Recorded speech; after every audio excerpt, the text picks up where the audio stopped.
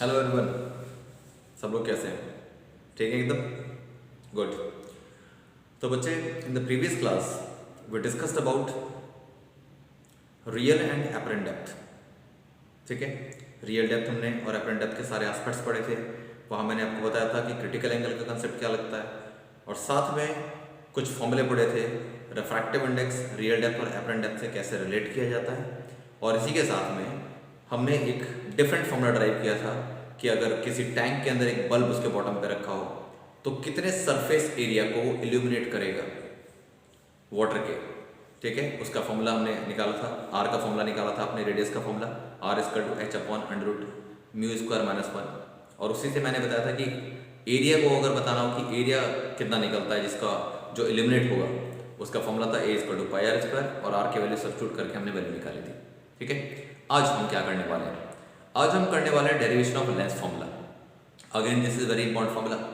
ठीक है, mirror formula हम पहले कर चुके हैं, लेंस फॉर्मूला आप जानते हैं 1/f equal to 1/v minus 1/u। इसी फॉर्मूले का डेरिवेशन हमको आज देखना है कि डेराइव कैसे होता है। बहुत ही सिंपल तरीका है, ऑलमोस्ट ये उसी तरीके से होगा जिस तरीके से मेरा फॉर्मूला हुआ था, ऑलमोस्ट। ठीक है, नॉट एग्जैक्टली, डायग्राम में थोड़े से चेंजेस आएंगे, लेकिन उसको हम आराम से समझ सकते हैं। तो सबसे पहले एक केसेस क्या क्या बन सकते हैं इसके अंदर। हमारे पास डेरिवेशन हो सकता है by using convex lens real image formation, second possibility है by using convex lens virtual image formation, फिर थर्ड पॉसिबिलिटी है by using concave lens and virtual image formation. तीन तरीके से फॉर्मूला ड्राइव हो सकता है, लेकिन जो सबसे प्रिस्क्राइब्ड है, जिसको सबसे पहले पढ़ना होता है, और एग्जाम में अगर कोई स्पेशलाइजेशन आपसे ना पूछा हो कि आप इसको किस तरीके से ड्राइव करेंगे, रियल फॉर्मेशन के लिए करना है या वर्चुअल के लिए करना है, तो फिर आप इस डेरिवेशन को सीधा कर सकते हैं। जब तक कुछ स्पेसिफाई ना कर रखा हो आप डायरेक्टली इस डेरिवेशन को कर सकते हैं। ठीक है, तो समझते हैं कैसे करना है इसको। तो first of all we are using a convex lens. ठीक है, f1 f2 f1 हो गया, यहाँ पे 2f1 हो गया। ठीक है, यहाँ फोकल लेंथ हो गया, इसका डबल हो गया। हम 2f को बेसिकली मिरर के केस में यूज कर लेते हैं as a centre of curvature, लेकिन लेंस में सेंटर ऑफ कर्वेचर नहीं लिखा जाता, तो हम उसको 2f लिख लेते हैं। यहाँ f2 आ गया, यहाँ 2f2 आ गया। दिस इज o पे o मींस ऑप्टिकल सेंटर। अब सुनिए डायग्राम कैसे बनाना है। रियल इमेज फॉर्मेशन करना है तो सबसे बढ़िया डायग्राम बनता है when object is placed between f1 and 2f1। f और 2f के बीच में आप ऑब्जेक्ट को रख दीजिए। तो अब डायग्राम कैसे बनाना है? सबसे पहले पैरेलल रे after refraction pass through focus, ये फर्स्ट प्रिंसिपल था हमारा।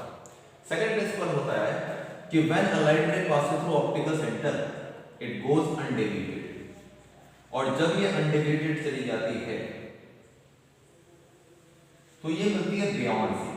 इमेज फॉर्मेशन होता है बियॉन्ड से, यहां पर। ठीक है, इंटरसेक्शन आपके पास यहां है ये। तो when the object is between f and 2f then the image formation is beyond 2f। ठीक है, ये उसकी पोजीशन होती है। अब सुनिए, दिस इज साथ में एक काम और करना है आपको। एक काम ये करना है कि ये ऑब्जेक्ट था हमारे पास A B, A for arrow B for base, और ये इमेज बनी ए डैश बी डैश। काम ये करना है कि इस ऑब्जेक्ट की एक रेप्लिका आपको यहां बनानी है। रेप्लिका, उसको मैं लिखता हूं A1O। रेप्लिका का मतलब ये होता है कि सेम साइज के ऑब्जेक्ट को मैंने यहां पर इमेजिन कर लिया। ये डेरिवेशन करने में हमारी हेल्प करेगा। ठीक है, तो अब देखिए, अब तरीका क्या होगा। तरीका ये है कि मुझे दो ऐसे ट्रायंगल सेलेक्ट करने हैं जो आपस में सिमिलर हो सकते हैं। अब वो कौन कौन से हैं डायग्राम में देखते हैं। मैं एक ट्रायंगल ले लेता हूं A1OF2, और दूसरा ट्रायंगल हो जाएगा A'-B'-F2। ये ट्रायंगल और ये ट्रायंगल देखते हैं। इन ट्रायंगल ढंग से देखते रहे। In triangle A1OF2 and triangle A'-B'-F2, ये F2 था आपके पास। तो क्या क्या लिख सकते हैं हम? ये एंगल इस एंगल के इक्वल हो गया, vertically upward angle. Angle A1O A1F2 A1F2O is equal to angle A'-F2B', और ये दोनों एंगल कैसे हो गए? Vertically opposite angles. और कौन से दो एंगल आपस में इक्वल हो सकते हैं? ये एंगल 90 डिग्री का बन रहा है और ये एंगल 90 डिग्री का बन रहा है। इसका मतलब ये हुआ कि angle A1 OF2 is equal to angle A dash B dash F2। ये आ गया। अब इसके बाद ये दोनों कैसे एंगल थे? 90 डिग्री। दो एंगल अगर इक्वल होगा तो ट्रायंगल सिमिलर हो जाएंगे। Therefore triangle A1F2O is similar to triangle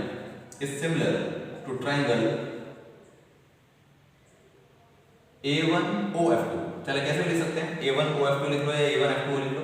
triangle A dash B dash F2 ये दोनों सिमिलर हो गए by angle similarity criteria.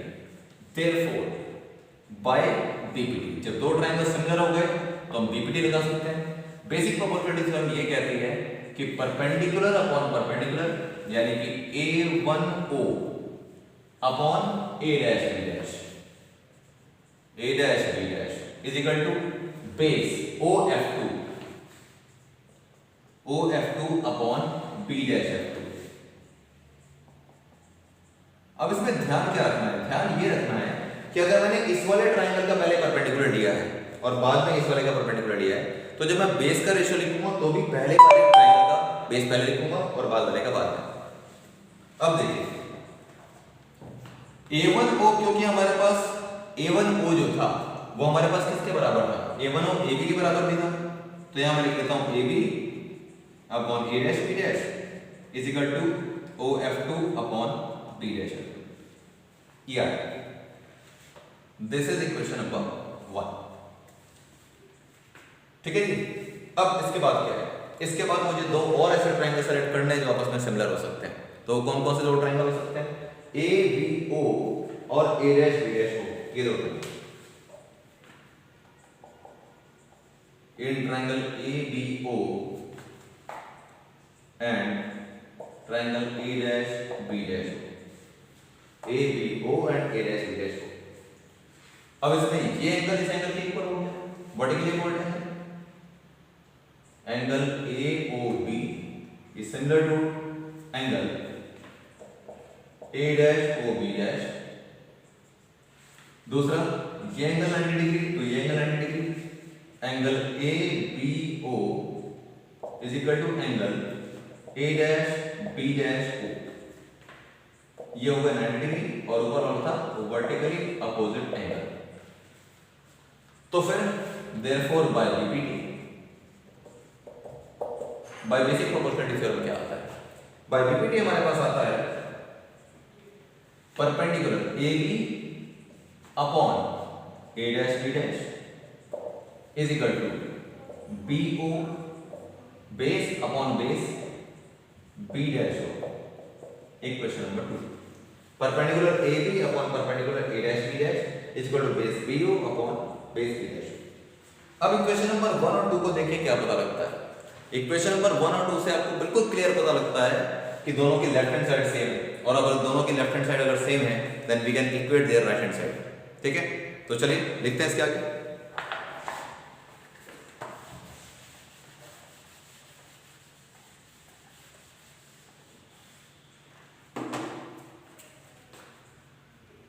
Therefore from equation 1 and 2 we get, from equation 1 and 2 आपको मिलता है OF2 upon B dash F2 is equal to BO upon B dash O। अब आपको देखना है इनमें से किस चीज की, किन किन चीजों की वैल्यू मेरे पास पहले से अवेलेबल है। तो देखिए बेटा, ऑप्टिकल सेंटर से लेकर ऑब्जेक्ट तक की जो डिस्टेंस होती है उसको हम बोलते हैं U, और साइन कन्वेंशन के साथ ये बनता है माइनस का U।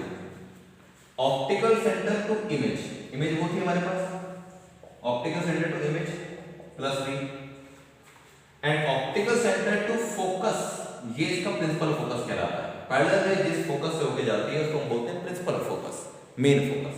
ठीक है, तो ये हमारे पास F था और पॉजिटिव साइन के साथ आएगा कन्वेंशन वाइज। तो लेफ्ट हैंड साइड में हमारे पास सारे नेगेटिव हो गए, राइट हैंड साइड में पॉजिटिव आ गए।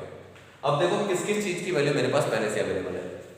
OF2 मेरे पास है, F है बिल्कुल, B'F2, अब ये नहीं है मेरे पास, तो इसका मतलब B'F2 को मैं चेंज करके लिख सकता हूं, ठीक है। आप चाहे तो यहां से भी लिख सकते हैं उसको, B'F2 मेरे पास आएगा B'O माइनस OF2, तो इसको हम पहले चेंज करके लिखते हैं।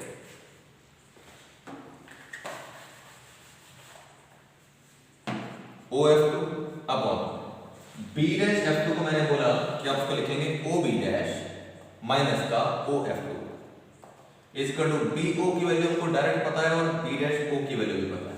अब बेटा वैल्यू पुट करेंगे विद साइन कन्वेंशन, तो करिए OF2, O से लेकर F2, F upon OB', O से लेकर B' V माइनस OF2 हमारे पास F था, BO B से लेकर O तक की वैल्यू, B से लेकर O तक की वैल्यू थी माइनस का U, एंड B' से लेकर O तक की वैल्यू हमारे पास हो गई V विद पॉजिटिव साइन। तो अब क्या आता है, अब इससे ये आता है, वैसे आपको मैं बताऊं कि इसमें एक और एस्पेक्ट है जो हमको नया पता लगता है। पता है अगर मैं इसको रेसिप्रोकल कर दूं तो क्या मिलेगा, इसको अगर मैं उल्टा कर दूं तो ये बनेगा माइनस का V अपॉन U, और माइनस का V अपॉन U जो होता है या V अपॉन U जो आपके पास होता है, लेंस के लिए V अपॉन U होता है मैग्निफिकेशन, उसके बेस पर इधर आपके पास मैग्निफिकेशन का V और F के फॉर्म में एक फॉर्मूला निकल के आ जाता है, ठीक है। लेकिन चलिए वो बात की बात है, मैं बता रहा हूं कि मैग्निफिकेशन को भी इस फॉर्म में लिखा जा सकता है। तो अब क्रॉस मल्टीप्लाई करते हैं, VF is equal to minus UV plus UF। अब F वाले दोनों एक साइड ले लेते हैं हम, तो इसको ऐसे करते हैं, UV को इधर ले आते हैं और UF ये था माइनस का VF इधर कर देते हैं। अब इससे क्या होगा, इससे ये होगा कि मैं कुछ कॉमन ले सकता हूं, देखिए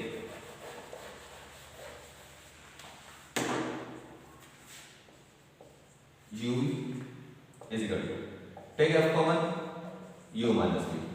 अब क्या करते हैं, F को नीचे ले आओ तो 1 अपॉन F हो जाएगा और UV को उधर ले जाओ तो U अपॉन UV माइनस का V अपॉन UV। तो फिर U से U कैंसिल हो गया, V से V कैंसिल हो गया, तो 1 अपॉन F आपके पास आ गया 1 upon V minus 1 upon U। This is lens formula, ये था। तो बहुत सिंपल सा डेरिवेशन है, ठीक है बेटा, मतलब एक ही बार में समझ में आ जाता है, इसमें बहुत डिफिकल्टी होती नहीं है, डायग्राम को आपको ढंग से समझना होता है और बहुत सीधा तरीका था। मेरे फॉर्मूले में मैंने आपको बताया था कि आपको दो ट्राइंगल के पेयर लेने हैं जो सिमिलर हो सकते हैं, और उसके बाद बेसिक प्रोपोर्शनलिटी थ्योरम लगा के दोनों की इक्वेशन बना लीजिए और उन इक्वेशन को आपस में इक्वेट करिए। ऐसे ही करना था आपको मेरे फॉर्मूले के अंदर भी, और ऐसे ही करना था आपको लेंस फॉर्मूले के अंदर, ठीक है बेटा। तो ये टॉपिक आपका यहाँ तक था। अब इसमें क्या क्या चेंजेस आते हैं, अगर मैं कॉन्वेक्स लेंस का वर्चुअल इमेज फॉर्मेशन ले लेता हूँ और कॉनकेव लेंस का वर्चुअल इमेज फॉर्मेशन लेता हूँ, तो डायग्राम में क्या चेंज आएगा, डेरिवेशन वही रहेगा, बस डायग्राम क्या होगा वो मैं आपको बताता हूँ अभी, ठीक है राइट। तो इसको इतना कर लीजिए, फिर मैं अपनी नेक्स्ट वीडियो के अंदर आपको बताता हूँ कि अगर डेरिवेशन में डायग्राम अगर बदल जाए, कैसे चेंज हो जाए, तो क्या हो सकता है, ठीक है बेटा। Just watch it.